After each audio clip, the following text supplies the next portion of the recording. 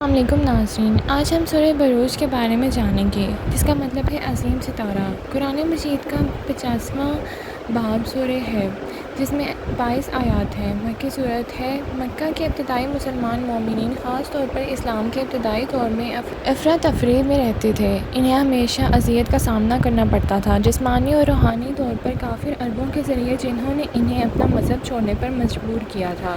ان میں سے کچھ کمزوروں نے دم توڑ دیا، لیکن مضبوط لوگوں نے مزاحمت کی۔ یہ ایک مکی صورت ہے جس کا بنیادی مقصد اس عمل کے خلاف مومنین کی روحانی تقویت اور انہیں ثابت قدم رہنے کی ترغیب دی گئی ہے۔ سورہ البروج میں اللہ تعالیٰ حضرت محمد صلی اللہ علیہ وسلم کو اہل خندق کا قصہ سناتے ہیں۔ کہانی ان مومنین کے بارے میں ہے جو خدا پر یقین رکھنے کی وجہ سے کھائی میں جل گئے تھے۔ بادشاہ اور اس کے معاونین، جنہوں نے کھائی کھودنے کا حکم دیا تھا، وہ اس ہولوکاسٹ کے گواہ تھے۔ اللہ نے اس بات کی بھی تصدیق کی ہے کہ وہ ان لوگوں کی توبہ قبول کرتا ہے جنہوں نے اس ہولوکاسٹ کا ارتکاب کیا، ان لوگوں سے بدلہ لینے کے وعدے کے ساتھ جنہوں نے آخرت میں جہنم کے عذاب سے توبہ نہیں کی۔ اللہ تعالیٰ سورہ البروج میں بھی تصدیق کرتا ہے کہ قرآن مجید تحریف سے محفوظ ہے۔ آئیے اب اس سورت کی تفسیر کے بارے میں تھوڑا جانتے ہیں۔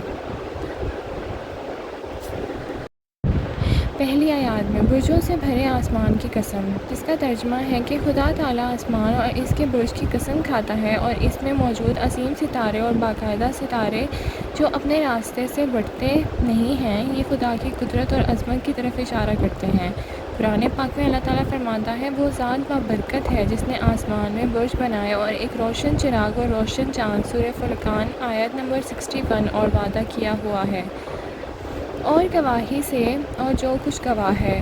علماء تفسیر نے کہا ہے کہ خدا نے گواہ کی قسم کھائی ہے اور جو گواہ ہے۔ گواہوں سے حضرت محمد صلی اللہ علیہ وسلم۔ اللہ تعالیٰ نے قرآن مجید میں فرمایا، بس کیا ہوگا جب ہم ہر امت میں سے ایک گواہ لائیں گے اور آپ کو ان لوگوں پر گواہ بنا کر لائیں گے۔ النساء۔ انسانی جسم کے اعضاء گواہی دیتے ہیں کہ اس نے کیا کیا، اچھا یا برا۔ اللہ تعالیٰ فرماتا ہے، جس دن ان کی زبانیں، ہاتھ اور پاؤں ان کے خلاف ان کے اعمال کی گواہی دیں گے۔ سورہ النور آیت نمبر 24۔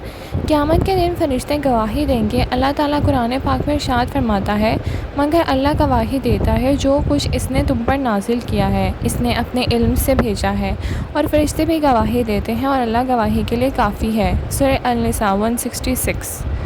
جہاں تک گواہی دی جاتی ہے، جیسے عرفات کا دن اور قیامت کا دن، اللہ تعالیٰ فرماتا ہے، یہ وہ دن ہے جس کے لیے انسانوں کو جمع کیا جائے گا اور یہ وہ دن ہے جس کی گواہی دی جائے گی۔ سورہ ہود 103۔ فرشتے قیامت کے دن گواہی دیں گے۔ اللہ تعالیٰ قرآن پاک میں ارشاد فرماتا ہے، اللہ گواہی دیتا ہے جو کچھ اس نے تم پر نازل کیا ہے، اس نے اپنے علم سے بھیجا ہے، اور فرشتے بھی گواہی دیتے ہیں اور اللہ گواہی کے لیے کافی ہے۔ سورہ النساء 166۔ جہاں تک گواہی دی جاتی ہے، جیسے عرفات کا دن اور قیامت کا دن، اللہ تعالیٰ فرماتا ہے، یہ وہ دن ہے جس کے لیے انسانوں کو جمع کیا جائے گا اور یہ وہ دن ہے جس کی گواہی دی جائے گی۔ سورہ ہود 103۔ یعنی یہ کافر آگ کے پاس بیٹھے مومنین کی اذیتیں دیکھ رہے ہیں، اس سے ان کے دل کی سختی کی شدت معلوم ہوتی ہے۔ آیت 7 اور 8 میں معنی ہے، اللہ جس کے لیے آسمانوں اور زمین کی بادشاہی ہے، اس کے لیے کوئی چیز پوشیدہ نہیں ہے، اللہ ہر چیز کا گواہ ہے۔ یعنی وہ لوگ جنہوں نے مومنین مردوں اور عورتوں کو جلایا اور اذیتیں دیں، پھر اپنے کفر اور مومنین کو کے ساتھ جو کچھ کیا ہے اس سے توبہ نہیں کی، ان کے لیے جہنم کا عذاب ہوگا۔ آخرت میں ان کا عذاب مومنوں کو جلانے کے لیے ان کے کفر سے زیادہ سخت ہوگا۔